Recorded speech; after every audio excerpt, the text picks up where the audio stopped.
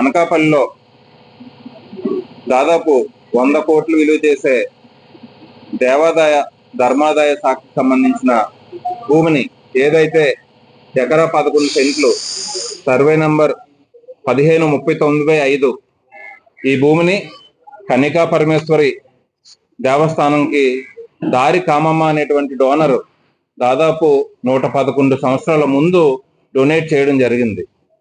ఎందుకంటే ఈ కన్యకా పరమేశ్వరి టెంపుల్ కి అక్కడ ఉన్నటువంటి ఎవరైతే ఈ బ్రాహ్మణులు ఎవరైతే ఉన్నారో శత్రువు నడిపేదానికి ఈ దారి కామమ్మ అనేటువంటి డోనర్ డొనేట్ చేసినటువంటి ఈ భూమిని,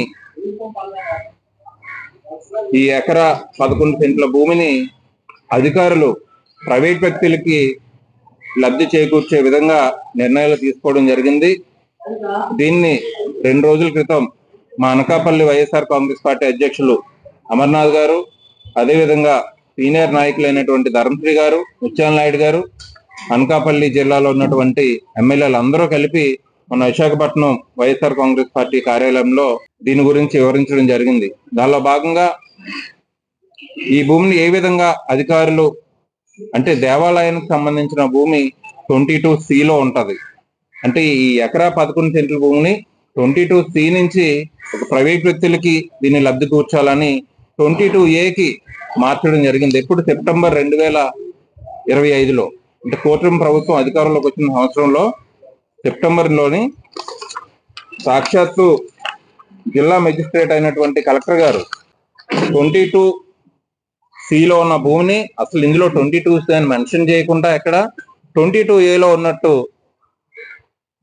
ఈ నిర్ణయం తీసుకొని ఇంప్లిమెంట్ చేయడం జరిగింది. అంటే దీనికి ఎవరైనా ఒత్తిడి చేస్తే చేశారా, లేదంటే ఏమైనా టెక్నికల్ ఇష్యూ ఉందా అన్నది ఈ సంబంధిత అధికారులు కానీ, రెవెన్యూ డిపార్ట్మెంట్ కానీ, లేదంటే మండలంలో MRO ఆఫీస్ కానీ, లేదంటే కలెక్టర్ ఆఫీస్ వాళ్ళు కానీ దీనికి సమాధానం చెప్పాలని వైఎస్ఆర్ కాంగ్రెస్ పార్టీ క్వశ్చన్ చేస్తుంది. కలెక్టర్ గారు నాకు సంబంధం లేదు అంటే నోటీస్ ఎలా ఇచ్చారు? కలెక్టర్ గారు స్వయాన కలెక్టర్ గారి పేరున సెప్టెంబర్ 2025 ఇది 22A ఉన్నట్టు వచ్చింది. ఇక్కడ ఎక్కడ కూడా 22C లేదు. అంటే దేవాలయాలకి డొనేట్ చేసిన భూమి 22C ఉంటే ఎండోమెంట్ డిపార్ట్మెంట్, ఎండోమెంట్ కమిషనర్ గారి పర్మిషన్ ఉండాలి అక్కడ. అంటే ఇప్పుడు ఇందులో ఎండోమెంట్ కమిషనర్ గాని ఉన్నారా అన్నది కూడా కలెక్టర్ గారికి సంబంధంలో ఉంది. ఇది ఎండోమెంట్ భూమి. ఎండోమెంట్ కమిషనర్ గారు కలెక్టర్ గారికి ప్రొసీడింగ్స్ ఏమైనా ఇస్తే అవి చూపించాలని చెప్పి మేము చెప్తున్నాం. ఈ రోజు మళ్ళీ బ్యాక్ పెట్టుండొచ్చు. అది ఆల్రెడీ 22A ఉంది, 22C ఉంది. కానీ ఇప్పుడు 22A ఉన్న నోటీస్ మీకు చూపిస్తుంది. ఇది ఎందుకు రిలీజ్ చేశారు? ఏ ప్రైవేట్ వ్యక్తులకి అంటే ఏ పార్టీకి సంబంధించిన వ్యక్తులకి లబ్ధి చేకూర్చాలని ఏ నిర్ణయం తీసుకోవడం జరిగింది? ఎందుకంటే చాలా విలువైన భూమి అనకాపల్లి పట్టణంలో సాక్షాత్తు నడుబడ్డున ఉన్నటువంటి ఈ భూమిని ఈ విధంగా అధికార దుర్వినియోగం చేయడం మంచిది కాదని తెలియజేస్తూ 2016లోని అప్పుడు కూడా ఈ తెలుగుదేశం ప్రభుత్వం అధికారంలో ఉన్నప్పుడు ఈ ఫైల్ మూవ్ చేయడం జరిగింది. దాని తాలూకా డాక్యుమెంట్స్ కూడా ఉన్నాయి. అంటే ఎప్పుడైతే ఈ కూటమి ప్రభుత్వం, తెలుగుదేశం ప్రభుత్వం అధికారంలో ఉందో ఆ టైంలోనే ఈ భూముల్ని కదపడం జరుగుతుంది. ఎంక్వైరీలు వేయాలని కోరుకుంటూ మేము వాళ్ళు విమర్శించట్లేదు. తెలుగుదేశం పార్టీ వాళ్ళు కానీ, జనసేన పార్టీ వాళ్ళు కానీ, బీజేపీ పార్టీ వాళ్ళు కానీ మాతో పాటు సహకరించమంటున్నాం. అనకాపల్లి ప్రాంతానికి చెందిన వ్యక్తులుగా మనందరమే అనకాపల్లికి చెందిన ఈ భూములు కానీ, ప్రభుత్వ భూములు కానీ, దేవాలయ భూములు కానీ కాపాడాల్సిన బాధ్యత మనకుంది. సాక్షాత్తు జనసేన పార్టీ ఆపోజిట్ లో ఉన్నటువంటి ఈ స్థలం స్థానిక ఎమ్మెల్యే గారు కూడా ఎన్నో సంవత్సరాలు పరిపాలన చేశారు అనకాపల్లి ప్రాంతానికి.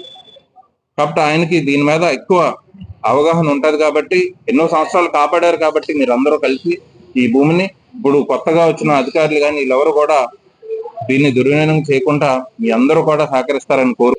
అదేవిధంగా మిగతా భూములు కూడా ఏ భూములు అయినా కానీ ప్రభుత్వ ఆస్తుల్ని, అనకాపల్లి పట్టణంలో ఉన్నటువంటి ఆస్తుల్ని ప్రైవేట్ వ్యక్తులకు అందజేయకుండా ఈ అధికారులు సహకరిస్తారని కోరుకుంటూ, దీనిలో భాగంగా రేపు ఈ కన్యకా పరమేశ్వరి టెంపుల్ సైట్ ఏదైతే ఉందో ఈ ఎకరా 11 సెంట్ల భూమికి సైట్ విజిట్ చేసి వైఎస్ఆర్ కాంగ్రెస్ పార్టీ నాయకులందరినీ, మా జిల్లా పార్టీ ప్రెసిడెంట్ అయినటువంటి గుడివాడ అమర్నాథ్ గారు, అదేవిధంగా సీనియర్ నాయకులు ముత్యాల నాయుడు గారు, ధర్మశ్రీ గారు, అనకాపల్లి నాయకులు అందరం కలిసి రేపు ఆ సైట్ దగ్గరికి వెళ్ళి మా వాణి వినిపించడం జరిగిద్ది. దీనికి అందరూ కలిసి రావాలని కోరుకుంటూ, దీనిపైన సిబిఐ ఎంక్వైరీ చేసే వరకు వైఎస్ఆర్ కాంగ్రెస్ పార్టీ పోరాటం చేస్తుంది.